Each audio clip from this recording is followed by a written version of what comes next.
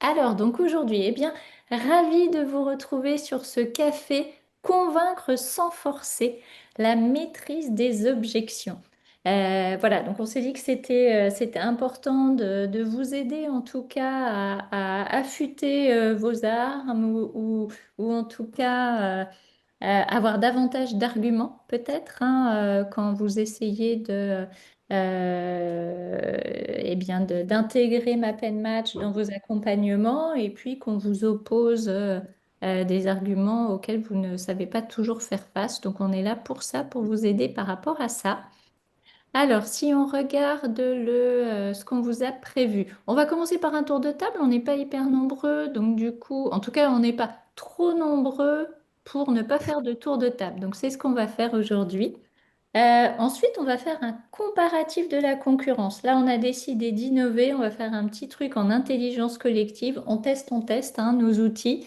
Donc voilà, vous êtes nos cobayes préférés. Et puis après, on va vraiment là rentrer. C'est là où Margot va prendre le micro, rentrer dans le traitement des objections fréquentes. Et puis on va voir si vous en avez d'autres auxquelles on n'a pas pensé, mais auxquelles vous avez été confrontés. Et puis on va bien entendu vous aider à y répondre. Voilà, et je pense que rien que ça devrait nous occuper pour l'heure. Alors, du coup, tour de table. Tour de table, alors peut-être on pourrait faire trois choses pendant ce tour de table. Vous présenter hyper rapidement, parce qu'il y en a qui se sont peut-être pas encore rencontrés. Et puis nous nommer s'il y a un autre outil, une approche autre que Map and Match que vous utilisez. Comme ça va poser aussi par rapport au sujet d'aujourd'hui.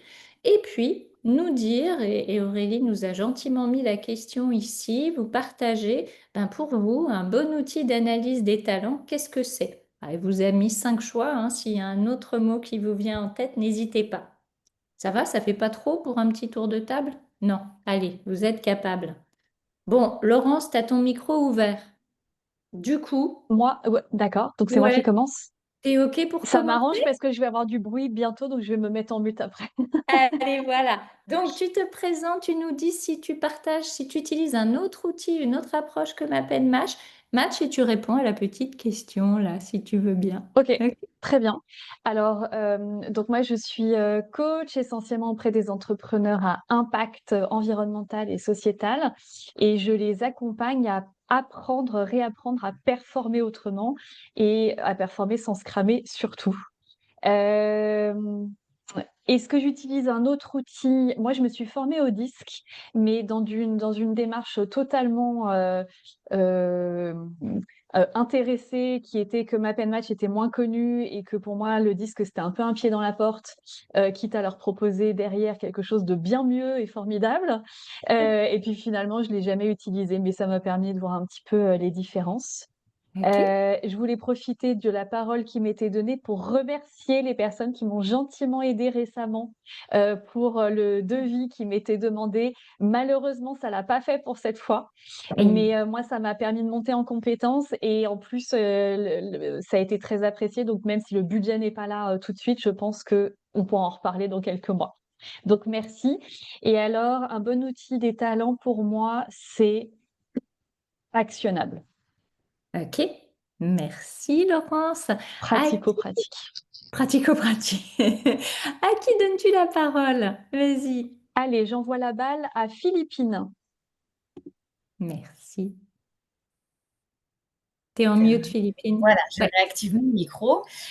Donc, Philippines, moi je suis sur l'île de la Réunion avec Stéphane. Nous sommes dirigeants d'un organisme de formation et nous avons demandé à avoir l'exclusivité Map and Match pour l'océan Indien. On essaye tant bien que mal de déployer Map and Match dans l'océan Indien. Je suis coach et consultante en bilan de compétences et nous utilisons aussi un outil pour lequel on a une expertise depuis plus de 20 ans déjà, qui est l'énéagramme, qui amène voilà, des informations sur les motivations profondes des personnes. Ce que j'apprécie tout particulièrement chez Map and Match et pourquoi est-ce que pour moi c'est un bon outil d'analyse des talents, c'est parce qu'en fait il donne une cartographie très rapide et très parlante aux personnes. Voilà, il est facile d'appréhension et il tape dans le mille. Mhm. Et coup, voilà, c'était un peu long peut-être, hein, c'est pas en un mot. Désolée pour Aurélie si elle voulait des mots, mais voilà, je trouve que en une séance, souvent j'ai le waouh du client et ça vient tout de suite actionner des leviers de compréhension et de mise en mouvement. Donc voilà pourquoi j'apprécie tout particulièrement ma peine match. Merci. À qui donnes-tu la parole? Alors, qui est-ce que je vois Alors, qui est CBR? Et moi, Céline Brodji. Je ne sais pas pourquoi c'est le trigramme qui vient, mais voilà, Céline, merci. Alors, donc, pour ma part, je suis basée en Suisse au sein d'une société de services informatiques et puis je m'occupe des ressources humaines. Donc, MapNmatch chez nous, c'est en grande partie utilisé dans le cadre des recrutements. Euh, je dois dire que moi, enfin, c'est ce qui m'inspire vraiment confiance et me plaît beaucoup, c'est je sais pas si le terme, la véracité de ce qui ressort, ou mais en tout cas, les candidats sont toujours bluffés, enfin, se reconnaissent toujours. Il y a une vraie confiance voilà, en ce que les gens peuvent. Et puis, bah voilà, en général, pour eux, c'est assez parlant. Donc, je trouve très chouette. J'ai découvert à titre personnel, mais je ne l'ai pas utilisé, simplement, je l'ai fait moi-même dans le cadre d'une formation que je suis à l'heure actuelle, un outil qui s'appelle Persologue, qui lui, du coup, ben voilà, peut-être que vous le connaissez, qui identifie les 4 types de profils. Alors, voilà, c'est très différent, mais j'ai trouvé que c'était assez intéressant aussi. Mais voilà, je l'ai fait juste pour moi-même aujourd'hui. Ok, merci. À qui est-ce que tu passes la parole, Céline? Eh ben, en fait, je ne vois que Laurence et Philippine. Alors, je crois qu'on avait un homme avec nous, mais je me rappelle pas de son prénom. Allez, Et Pascal. Pascal. La vignette, voilà, je vous voyais. Oui, merci. Céline, Pascal, donc moi je suis basé en région parisienne et je suis coach et consultant principalement pour des équipes de direction hein, dans les PME. En parallèle en fait, avant d'utiliser MapNmatch, j'utilisais Disc, comme Laurence. Pareil, c'était assez pratique, dans exactement les mêmes raisons que Laurence, en fait. Et voilà. Et aujourd'hui, je dirais pour MapNmatch, je dirais que le principal argument pour moi, c'est qu'il est extrêmement actionnable. Et ce, probablement parce qu'il est différenciant aussi. Donc, c'est ces deux adjectifs-là que je garderai. Actionnable parce que ça met tout de suite, si ça met tout de suite en mouvement, ça donne des idées, ça ouvre la porte assez rapidement, contrairement à d'autres outils. Voilà.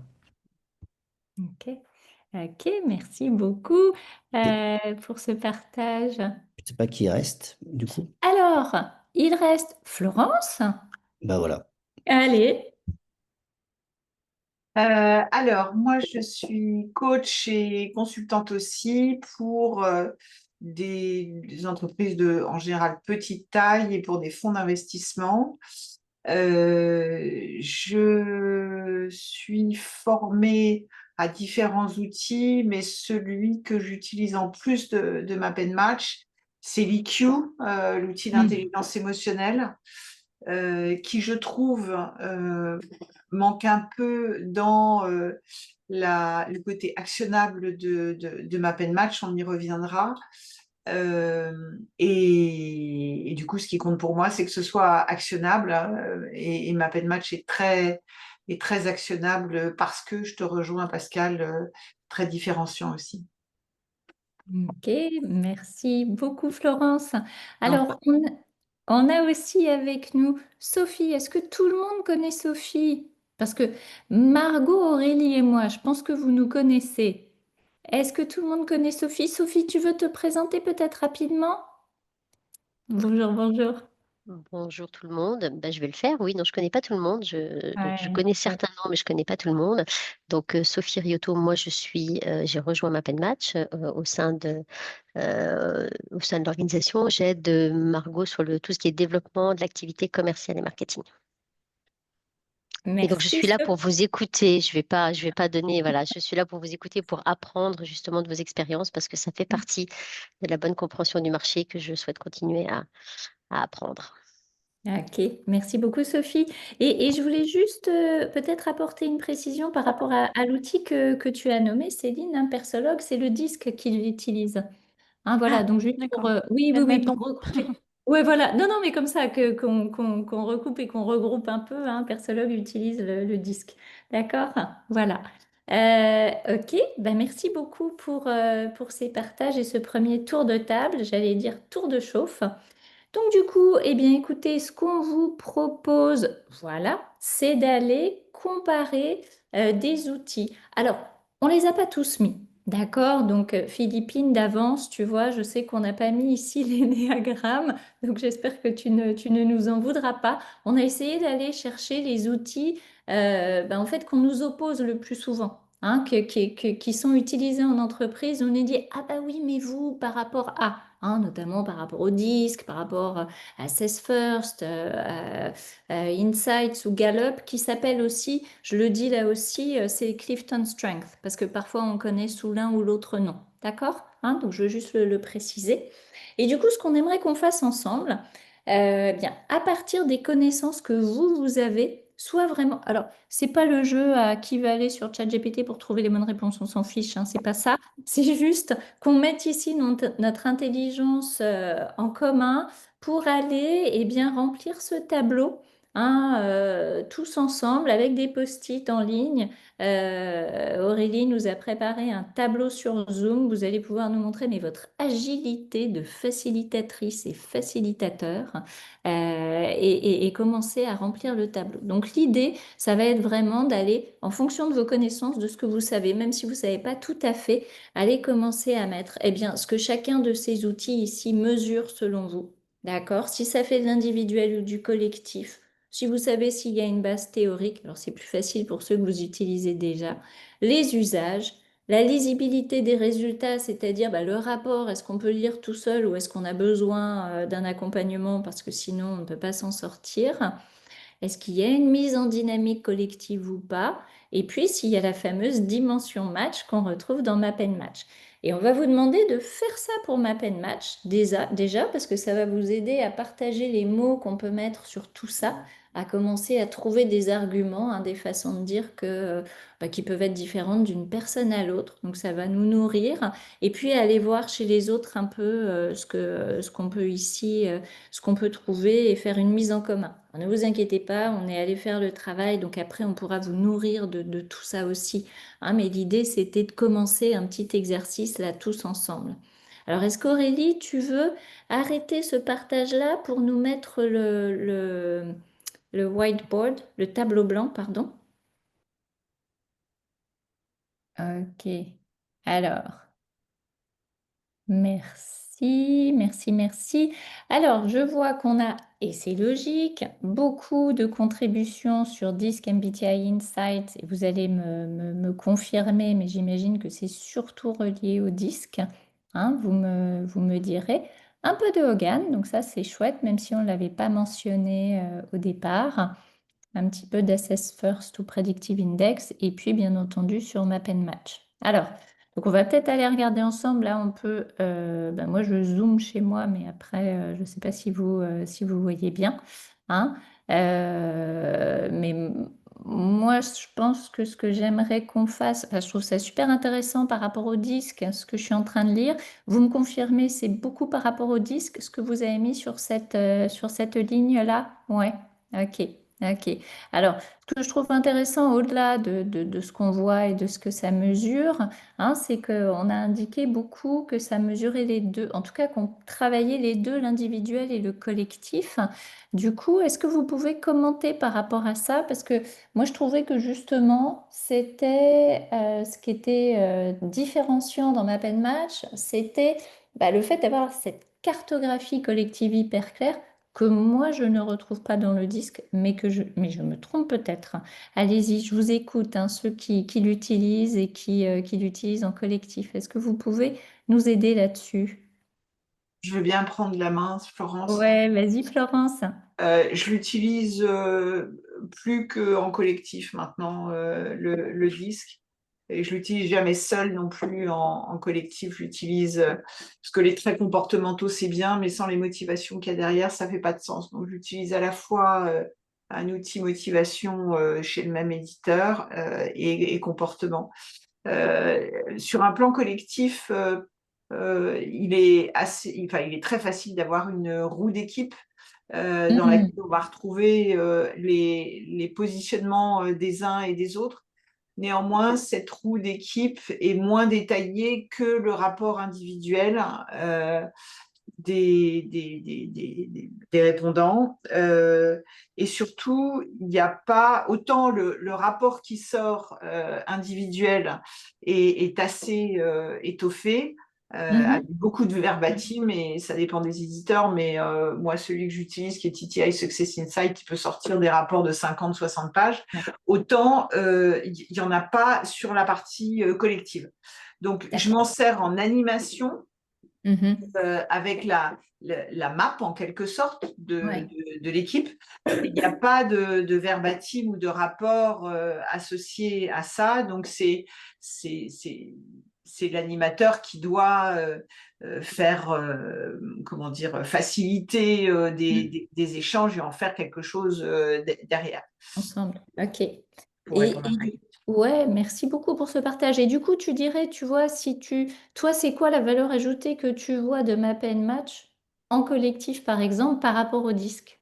Tu vois, qu'est-ce qui fait que tu vas choisir l'un plutôt que l'autre ou on ne mesure pas les mêmes choses. Donc, si dans un cas, on mesure tout ce qui est comportemental, entrée en relation, mise en relation, communication en surface. Et chez Map and Match, on va aller vers quelque chose de beaucoup plus profond, qui ne se contente pas qui ne regarde même pas d'ailleurs les comportements. Donc, je dirais que quand je suis en face d'un groupe qui a besoin d'avoir juste quelques tips pour mieux se connaître et mieux bosser ensemble, et en particulier quand c'est un groupe de 50 ou 100 personnes, parce que je l'ai fait aussi sur des très grands groupes, le disque, c'est super pratique, quoi. On peut l'associer à du team building, typiquement, beaucoup plus facilement que Map and Match, quoi. En tout cas, dans ta pratique, en tout cas, toi, c'est comme tu ouais, ok, merci. Comme il y a pas mal de personnes là qui utilisent Disque, est-ce que vous avez, vous, merci beaucoup Florence, est-ce que vous avez, vous, un positionnement un petit peu différent hein, et comment, c'est quoi le facteur différenciant pour vous entre Map and Match et Disque qui vous fait pencher en faveur de Map and Match? Partage, partage. Moi, j'ai du bruit derrière moi, donc je ne sais pas si vous Vas-y. m'entendez bien ou si c'est On supportable. on t'entend très bien, on n'entend rien derrière. Donc vas-y. Ah bah très bien, ok. Ouais. Moi, en fait, je l'utilise très peu, donc c'est vraiment des souvenirs de formation. Ouais. Où moi, j'aurais eu tendance à l'utiliser plutôt dans un objectif de compréhension de l'autre, de rapport à l'autre, et d'amélioration en fait de relations interpersonnelles. Pour moi, c'était ça, voilà, la complémentarité. Et parce qu'on est Mais beaucoup en sur la vrai, je l'utilise communication. assez peu. Ouais, sur la communication et la relation, hein, puisqu'on est dans le C'est ça. comportemental. Ok, ouais, Il merci. y a, il y a le rapport aux Pascal, enjeux. Il y a le rapport aux enjeux. C'est que, avec le vas-y. 10, c'est plus compliqué de faire le rapport aux enjeux. On est vraiment dans, comme disait comme les deux personnes, c'est vraiment du relationnel, l'interpersonnel. Donc on joue la cohésion, mais on ne travaille pas sur fondamentalement ce qui permet à l'équipe d'aller avancer au-delà de la cohésion. Ouais, ok. Donc rapport aux enjeux, ok. Donc dépasser le relationnel en fait, hein, tout ce qui va être sur le concret, ce qu'on disait tout à l'heure, hein, le concret, le pratico-pratique, le sur le terrain, l'opérationnel. Ok, génial, merci. Et par rapport au Hogan, alors je vois qu'il y en a qui en merci hein, d'avoir complété sur le Hogan. Est-ce qu'il y a quelqu'un qui se sent de nous expliquer? Pour elle, bah, ces deux valeurs ajoutées, en tout cas ce point différenciant de Map and Match par rapport à Hogan. Petite timidité. Alors, je veux bien m'y coller. C'est toi? Vas-y, Florence. Je ne suis pas certifiée au GAN, mais Ouais. on en a fait passer 2 ou 3 dans ma vie. Mhm. Les derniers remontent à il y a 5 ans, donc c'est un peu flou. Et puis, je vois régulièrement dans ma pratique des rapports au GAN sur des personnes. Mhm. J'ai entendu dire qu'il y avait aussi la possibilité d'en faire du collectif, mais je n'ai jamais vu en tant que tel un rapport collectif. Mhm. Euh, ce que j'ai vu, c'est ça mélange beaucoup de choses. Le Holgan, j'ai l'impression que ça fait tout du sol au plafond. Et quand je dis tout du sol au plafond, je ne sais pas bien quoi dedans, quoi. Donc ça parle de potentiel, le potentiel étant défini comme je ne sais pas bien.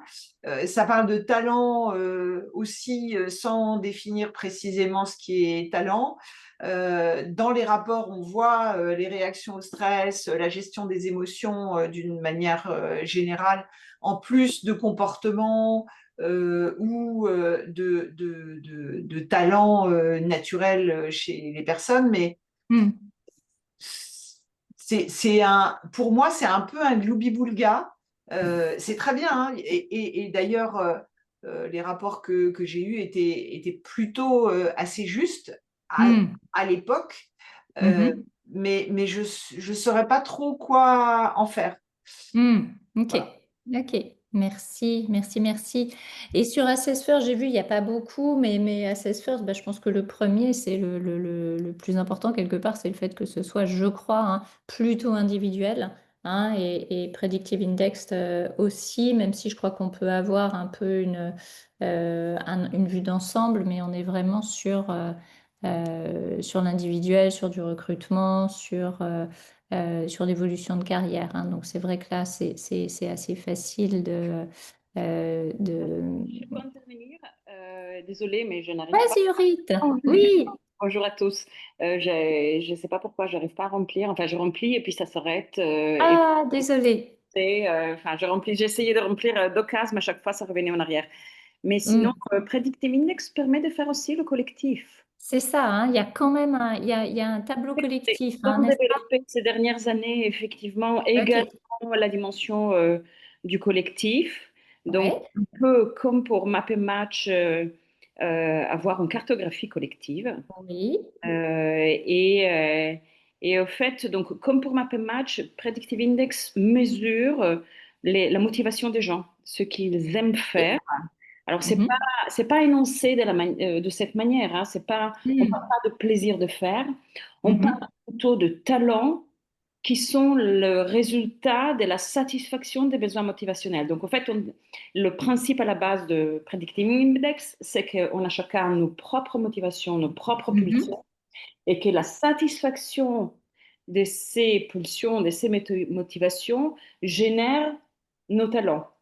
Ok. Et Ouais. merci pour ce partage, Aurélie. Et du coup, tu vois, toi, qu'est-ce qui est très différenciant pour toi chez Map Match par rapport à PI, du coup?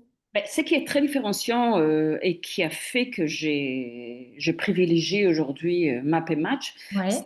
que Map et Match permet de descendre dans une granularité plus intéressante pour les managers et les RH. C'est-à-dire que dans Predictive Index, vous avez 4 grandes catégories, Mhm. d'accord? Et il n'y a pas cette granularité qu'on a avec les 20 energy skills de Mapematch. Hmm. Ok. Donc, Ok. il y a un équivalent des quatre fonctions principales et Mhm. Mais ça s'arrête là. ça, c'est Ok. là. Et donc, il Ok. faut vraiment jouer de grandes finesses pour arriver à comprendre par rapport au positionnement de points sur un grand tableau et pour pouvoir. Et donc, quand on fait une restitution aux candidats, aux collaborateurs, on a un peu tendance à enjoliver, je dirais. Ah ah. Ok. Oui. Ok. Alors que Map and Match permet d'être beaucoup plus précis sur voilà ce que sont vos plaisirs de faire et voilà Mhm. ce que sont vos irritants et de les faire Mhm. parler et de transformer tout ça en opportunités finalement. Ok, ok, très bien. Merci, merci, merci. Alors, je vois le temps qui passe, donc du coup, merci beaucoup pour ça. Peut-être Aurélie, on va juste aller regarder le tableau récap qu'on avait fait. De toute façon, vous l'aurez, d'accord? Donc, le but ici, ça va pas être de passer au travers, mais peut-être juste pour moi de vous nommer ce qu'on avait indiqué ici pour ma peine match, parce que c'est ça finalement, hein, ce qui vous intéresse, c'est pouvoir aller pour ma peine match, dire, ben voilà la vraie valeur ajoutée de Map and Match sur un autre outil. Alors bon, vous le connaissez par cœur, hein, on est vraiment dans à la fois de l'individuel et du collectif, hein, donc ça c'est bon. Hein, on mesure bien entendu les appétences et moteurs d'engagement, d'accord? Quand on parle d'individuel ou collectif, on a cette notion de logique systémique. Hein, donc c'est comment créer de la valeur ensemble, c'est comment je m'inscris dans un projet, mais comment dans un projet ou dans une équipe, mais surtout et beaucoup comment on crée de la valeur ensemble. Hein, et c'est ça l'une des clés, hein, pour la performance. Et puis, bah, finalement, les usages, je sais que vous avez chacune des usages un peu différents, mais c'est vrai que c'est l'outil qui va permettre du recrutement à l'efficacité de l'équipe que vous allez pouvoir utiliser à chaque étape, hein, de la vie, du cycle de vie du collaborateur. Recrutement, mobilité, l'onboarding, manager l'équipe, transformer, développer les talents et activer la performance. Donc voilà, enfin, en tout cas pour vous donner cette vue d'ensemble-là, on peut accompagner comme ça à la fois le développement, enfin le cycle de vie du collaborateur, son développement en termes de talent, mais aussi la vie de l'équipe et qui peut être renouvelée chaque année. Hein. On a des coachs qui l'utilisent tous les ans parce que tous les ans, les enjeux de l'entreprise, il y a quelqu'un qui parlait, on ne peut pas avoir les enjeux, mais tous les ans, les enjeux de l'entreprise changent et du coup, tous les ans, on peut aller refaire la cartographie des enjeux et puis voir un peu, bah, du coup, est-ce que l'équipe est bien outillée pour ça cette année ou pas et qu'est-ce qu'on met en place cette année pour être sûr d'atteindre les objectifs. Hein, d'accord? Voilà, et on a bien entendu ce match, hein, qui est assez unique, que ce soit par rapport à un poste ou par rapport aux enjeux dont je viens de parler. Alors, j'en ai dit beaucoup, on a pris pas mal de temps là-dessus. Margot, qui est aussi bavarde que moi, va avoir le défi du siècle pour passer au travers des objections, mais je sais qu'elle peut le faire. Hein. Donc voilà, je te laisse la parole, Margot. Et puis surtout, n'hésitez pas à poser vos questions, hein, si vous en avez, parce qu'on veut vraiment essayer de vous aider à tout lever. Voilà, vas-y, Margot. Euh, Merci Delphine. Effectivement, on a préparé, enfin surtout avec Aurélie et Delphine, on a quelques éléments d'objection. Moi, ce qui me plairait aussi, c'est d'entendre les vôtres. C'est quoi les objections les plus courantes que vous ayez? Par exemple, Laurence, je vois. Oui, j'étais en train de vous le taper dans le chat. Vas-y. Moi, une de mes objections les plus courantes, c'est OK, mais qu'est-ce qu'on fait quand on se rend compte qu'on n'est pas au bon endroit? Merci. Bah, tu vois, ça typiquement, on ne l'avait pas prévu. Effectivement moi. En fait, ils ont peur que ça vienne tout bouleverser et que Oui. bah, si on dit à leurs collaborateurs qu'ils sont pas au bon endroit, qu'ils sont pas du tout faits pour ça, enfin même si Ouais. on connaît le vocabulaire Map and Match. Ouais. Alors d'abord, c'est comme beaucoup d'outils de profiling, comme beaucoup de solutions de profiling, effectivement, c'est une prise de conscience. C'est une image à un instant donné, c'est une analyse à l'instant T, etc., qui peut effectivement révéler des forces, mais aussi des écarts, des angles morts par rapport à des objectifs. Et donc, on n'est pas au bon endroit, que ce soit à titre individuel ou collectif. Première réponse, on est sur des appétences et pas sur des compétences. C'est pas parce qu'on n'aime pas faire qu'on ne peut pas faire. Alors, à titre sur l'individuel, si effectivement on positionne une personne sur la durée, sur un poste dans lequel il n'a même pas l'opportunité de faire appel à une de ses appétences, ben là, une vraie question se pose et on est sur, pas du no-go, mais enfin, il faut vraiment traiter le sujet à terme. En revanche, si on est sur un point voilà, le match parfait n'existe pas, donc il faut adresser un chemin à parcourir par rapport à des angles morts, que ce soit à titre individuel ou collectif. Mais en fait, Map and Match agit comme une mise en mouvement. Et justement, ça n'enferme pas les gens dans les cases. Et moi, ce que je dis toujours à titre individuel, et vous pouvez utiliser cet exemple, quand j'ai fait mon premier Map and Match, j'avais un irritant décideur et une patate en avaliseur, c'est pas pour rien que j'étais DAF. Eh bien, j'avais beau regarder à droite et à gauche et d'aller chercher la décision collective, ça prenait 3 plombes. Et à un moment donné, la décision, ben, la responsabilité m'incombait. Et donc, j'ai adressé cet irritant qui faisait ma responsabilité, qui était de ma responsabilité, en m'appuyant sur l'avaliseur, par une analyse de risque. Toute décision, j'ai mis en place un process. J'analyse le risque. Un risque faible, je décide dans les 5 minutes. Un risque moyen, je décide dans la demi-journée. Un risque fort, je décide dans les 3 jours en prenant avis. Mais donc, ça veut dire quoi? Ça veut dire qu'en fait, c'est une analyse qui permet d'objectiver des choses et de mettre en mouvement. Ce n'est pas enfermant. Et d'ailleurs, on avait un partenaire qui avait utilisé, qui a 2 outils dans le cabinet dans lequel il travaille, qu'ils utilisent, TMA et MapNMatch. Il dit, mon problème avec un outil psychologique, c'est que je mets une étiquette et après, derrière, on ne peut pas adresser le chemin à parcourir. Alors que MapNMatch, c'est une mise en mouvement et on peut s'appuyer sur d'autres éléments parce qu'on n'est que sur des appétences pour pouvoir adresser le chemin. Merci en tout cas pour la question. Est-ce qu'il y a d'autres questions Est-ce que je la peux réagir, est-ce que je peux réagir à cette Bien question sûr. aussi? Je ne sais pas si beaucoup de personnes peuvent accompagner des jeunes aussi 25-30 ans, mais j'ai eu 2 situations qui m'ont interpellée par rapport à ça. C'est que, en fait, c'est certains, les jeunes, il y a des endroits où ils n'ont pas de talent, mais c'est aussi parce qu'ils ne les ont pas expérimentés encore. Et voilà, j'ai eu une cliente qui m'a dit, mais moi, j'ai pas de talent, mais j'ai envie d'aller voir quand même, j'ai trop envie d'aller voir. Je dis, bah, si tu as envie d'aller voir, va voir. C'est pas ma peine, je te dis pas qu'il faut pas y aller. Elle n'avait pas d'irritant, elle avait juste voilà, une case vide, entre guillemets. Et il y en a une autre qui, en fait, justement, suite à une expérience, a développé un T5 quasiment principal. Elle a eu l'occasion de faire une animation de formation. Et dans la foulée, elle m'a demandé à refaire le test parce qu'elle voulait voir si ça avait bougé. Et il y a un T5 qui était apparu tellement elle avait adoré l'expérience. Donc, malgré Celui-là, tout, il était ça... peut-être un peu biaisé, mais en tout cas, un C5, ça oui. Nous, on a vu des C5 apparaître, justement, voilà. Bon, mon irritant décideur, c'est pas transformé, ni en C, ni en T. Hein. Mais bon, il a disparu. Pascal, est-ce que toi, tu as eu des objections à faire face? Non, rien de différent de ce qu'il y a là. Moi, c'est vraiment le côté scientifique qui est revenu 2, 3 fois. C'est tout. Alors, le côté scientifique, ça c'est intéressant et c'est aussi lié à la notoriété, hein, vous en avez un peu parlé.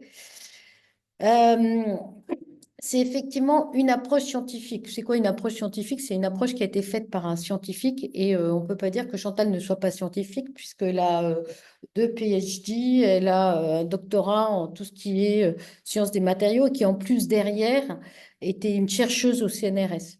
C'est quoi une approche scientifique? C'est une approche hypothético-déductive. C'est-à-dire qu'en fait, c'est une approche qui avance et qui va tester, derrière revenir. C'est ça l'approche scientifique. Hein. Voilà. Et donc, l'approche est scientifique. C'est d'ailleurs aussi bien de rajouter, on ne l'a pas marqué là, on a oublié d'en parler avec Aurélie, le terme systémique. C'est effectivement dès qu'on dit systémique, alors ça va beaucoup mieux. D'accord? Et d'ailleurs, beaucoup de partenaires nous disent, j'aime bien cet outil, mais je n'y retrouve pas l'approche systémique avec MapNMatch. Ça est encore arrivé ce matin avec Gallup. Il me manque le systémique, l'approche systémique de MapNMatch. Donc, ce côté systémique, c'est un terme qui assure de la crédibilité. Et effectivement, MapNMatch est une approche sur les systèmes faite par une scientifique.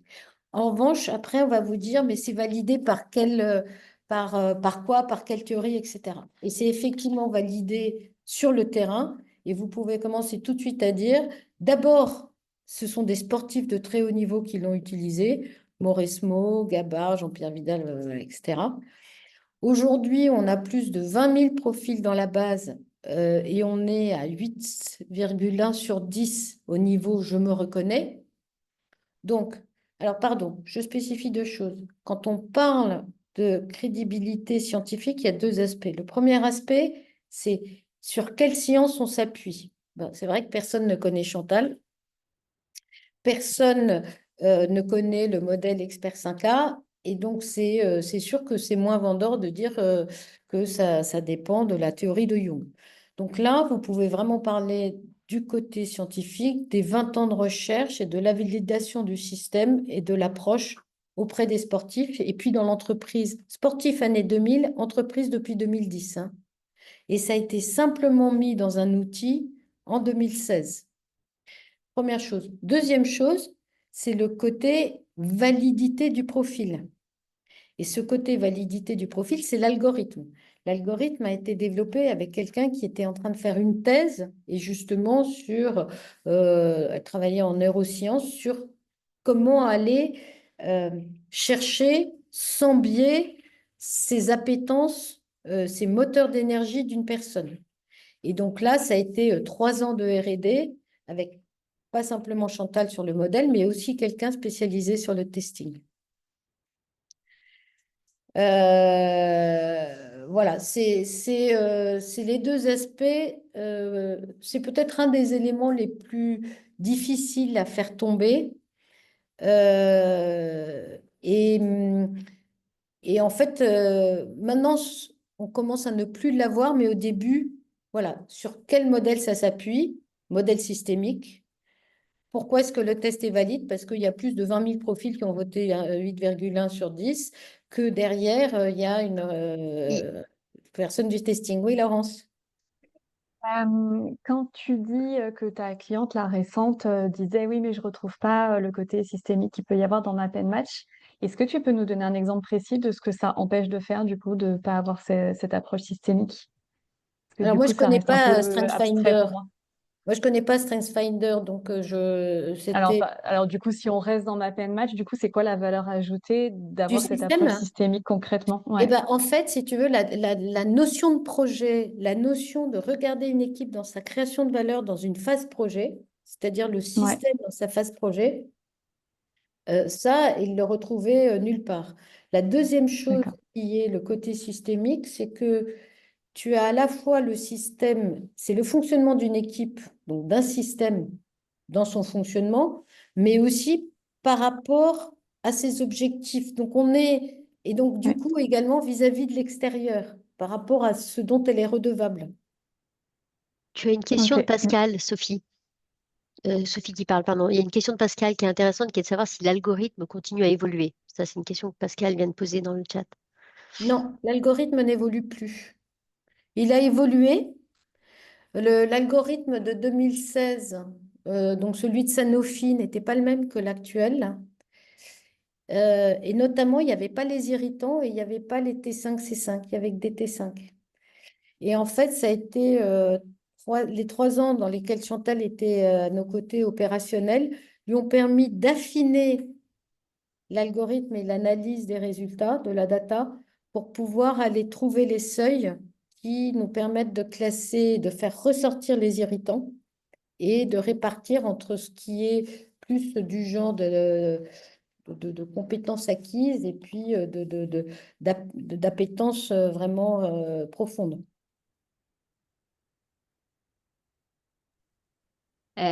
Margot, on a une autre question enfin, en tout cas une autre objection qui était, alors il y en a une, je vais répondre très vite, c'est rapport moche et non parlant à la première vue. Je me permets Margot parce que du coup on est en train de le retravailler, Philippine, donc voilà, hop hop hop, c'était pas mon objection mais c'était mon chagrin. Donc ça on y est, on est dessus. En revanche Margot, je vais te laisser répondre à outil qui est cher. Est-ce que Est-ce tu que je peux, peux juste rebondir sur ce que tu viens de dire, Vas-y, je Delphine, pense. avant Ouais. peut-être? Dans un des outils supports commerciaux que vous avez mis à notre disposition, il y avait le book du CEO. Ouais. Et dans ce book du CEO, il y avait un one-pager par profil qui est une synthèse des profils. Mais cette synthèse, elle a été faite à la mimine par vos bons À soins. la mano, je Je sais. confirme, parce que c'est Et, moi qui l'ai fait. et elles sont super. D'où ma question à venir. dans ce Mhm. que vous imaginez comme rapport. Allez-vous avoir juste un revamping, je ne sais plus comment est-ce qu'on dit, enfin, Oui, un oui. rapport amélioré, ou est-ce qu'il y aura un rapport avec des verbatims, un libellé, quelque chose dont la personne pourrait s'emparer? Margot, Alors, tu par fais plus rapport le au dernier, rapport, vas-y. Ouais. je partage complètement mon point de vue et c'est vrai que moi-même, j'ai un peu de mal avec ce rapport. N'empêche, soyez pas complexés. Euh, on a des partenaires qui ont de plus en plus vendu du map and match sans débriefing, donc juste avec le rapport. Il y a un partenaire qui l'a vendu dans une organisation pour le déployer à une échelle de 280 personnes dans des formations. Donc voilà, après, les goûts et les couleurs ne se discutent pas. Mais je vous rejoins, hein, et c'est pour ça qu'on le fait évoluer. Mais en revanche, ne soyez pas trop complexés par rapport à ce rapport. Euh, Par rapport à la plus-value qu'on va apporter, en fait, aujourd'hui, on travaille avec l'IA. Et donc, on essaye d'avoir à la fois un aspect d'une interface chatbot et on développe aussi un rapport qui puisse être printable, enfin, qui puisse être imprimable, pardon, euh, qui, euh, qui commence un peu une dimension d'auto-coaching. Donc, de se poser les questions, de se mettre en mouvement. Mais, euh, mais franchement, moi, j'ai les rapports d'Assess First. Bon, ok, les titres sont mieux soulignés, mais franchement, c'est creux de chez creux de chez creux, hein. Donc, Et, voilà. J'ai pas compris. Qu'est-ce qu'on reproche au ouais, rapport Map and Match? Qu'est-ce qui va pas avec le rapport Map and Match? C'est juste une map, mais il n'y a pas d'interprétation, il n'y a pas d'analyse derrière. En tout cas, pas sur la première partie. En fait, pour moi, ce qui me manque dans le rapport Mappel Match, c'est les combinatoires, Florence. Ah, Elle est là, elle est là, l'analyse. C'est ça. C'est qu'un réalisateur finisseur, c'est pas un réalisateur tout court. Un affronteur réalisateur, c'est pas un affronteur d'un côté et un réalisateur de l'autre. Et ces combinatoires, en fait, on avait commencé à les travailler avec Chantal, sauf que vous imaginez les combinaisons qu'on devait adresser. Et là, avec l'IA, on commence à y arriver. Après, moi, je pense que l'interprétation se fait aussi par rapport au contexte dans lequel C'est exactement, c'est vrai. Complètement d'accord. l'analyse s'inscrit. Moi, je trouve que, enfin, pour avoir vu d'autres rapports, je le trouve assez bien, le rapport Map and Match. Je l'envoie au profilé avant de les débriefer. Et en général, je trouve que par rapport aux autres outils que j'ai utilisés, il y a déjà une bonne compréhension et l'échange avec le profilé se fait sur des bases un peu plus avancées grâce à ce rapport. Et, et après, je dirais heureusement qu'il nous reste une place. Sinon, je veux dire, si tout pouvait se faire sur papier, je vois pas quelle serait ensuite notre valeur ajoutée. Mais bon, ça c'est vrai que dans un monde où on veut tout automatiser, il y a peut-être cette attente aussi. Mais je trouve qu'elle est, voilà, moi, pour ma part, je trouve qu'elle est déjà pas mal. Merci Aurit, et je veux juste peut-être, Florence, te dire merci pour ton commentaire sur ce fameux, tu vois, ce one-pager. Hein, je vais le garder en tête pour voir comment on peut aussi prendre ça en compte. Euh, je lis excusez-moi, je prends la parole, je vois une objection là qui est proposée qui dit outil qui apporte une plus-value au client au détriment de l'aspect commercial de l'entreprise RH ou coach. Ça veut dire quoi ça exactement? Là, j'ai présenté récemment l'outil à un dirigeant d'une entreprise RH en externalisation. Et en fait, l'objection qu'il m'a présentée, c'est de me dire, attends, ton produit, il a l'air super efficace et super, et un peu cher, mais super efficace. Et du coup, bah, c'est trop efficace pour lui, parce que derrière, bah, en tant que commercial, il préfère avoir un outil moins efficace, mais du coup un accompagnement à plus long terme et de se dire bah, il va continuer à accompagner la personne que d'avoir un outil qui en une fois. Alors moi, je partageais les objections Voilà, ça peut aussi vouloir dire qu'on n'a pas tous les mêmes valeurs et que ça correspond c'est un outil profondément humain qui correspond à des personnes qui ont certaines valeurs. C'est ce que c'est venu me dire, voilà, par rapport à ça. Oui, et puis je pense que en fait, je pense que c'est intéressant comme point. Il est très riche, oui, mais justement, cette richesse d'analyse donne encore plus de marge de manœuvre au consultant qui l'accompagne, en fait, hein, et voilà. Je voulais juste reprendre le dernière objection, c'est sur le prix. Le prix, il faut présenter quand même. Il ne faut pas le comparer par rapport à un insight, machin, etc. Vous avez deux choses dans le prix. Vous avez le profil seul. Le profil seul, il est autour de 80-90 euros. Et ça, je dirais, c'est peut-être dans des fourchettes un peu hautes, mais ce n'est pas non plus la fourchette la plus haute. Moi, j'ai vu du Luminart à 300 euros, voilà. Euh, et je dirais, si des personnes veulent avoir que le profil seul, machin, sec, vous avez ça. De l'autre côté, vous avez toute une plateforme. Une plateforme qui a 3 applications, plus une bibliothèque de modèles. Et ça, aujourd'hui, dans les prix unitaires, on a intégré également l'abonnement à la plateforme pour pouvoir justement permettre aux utilisateurs de variabiliser l'accès à la plateforme en fonction de leur usage. Donc, il ne faut pas simplement, vous ne vendez pas qu'un map, vous vendez également un outil et l'accès à une plateforme avec différentes applications. Et voilà. Et donc, c'est rapporté au prix unitaire. Ouais. On est toujours sur un prix de vente. Je ne comprends pas, Laurence. Oui, pardon. 90 euros, c'est le prix auquel on l'achète, mais ce n'est pas le prix auquel on le vend au client. Non, mais aujourd'hui, vous ne le vendez pas au client en tant que tel. Vous vendez avec vous vendez avec Oui, mais ce que je veux dire, c'est que ce prix de 90 euros, il n'est pas transparent. Moi, je dis que ça me coûte, enfin, que le profil sec, il est à 250 euros, qui était à peu près ce qu'on avait vu en formation. Et après, je rajoute enfin, je lui donne pas le prix du profil et de mes honoraires, je lui donne un prix global. Et du Voilà, coup, c'est je ça. pars quand même Mais, sur un prix de vente qui est 250 euros, auquel j'ajoute mes oui. honoraires. Mais ce que je veux Et dire si on me demande, je dis que moi, j'ai 150 euros de débrief et 250 euros de... Voilà. Mais je le vends jamais à 90 euros plus mes D'accord. honoraires.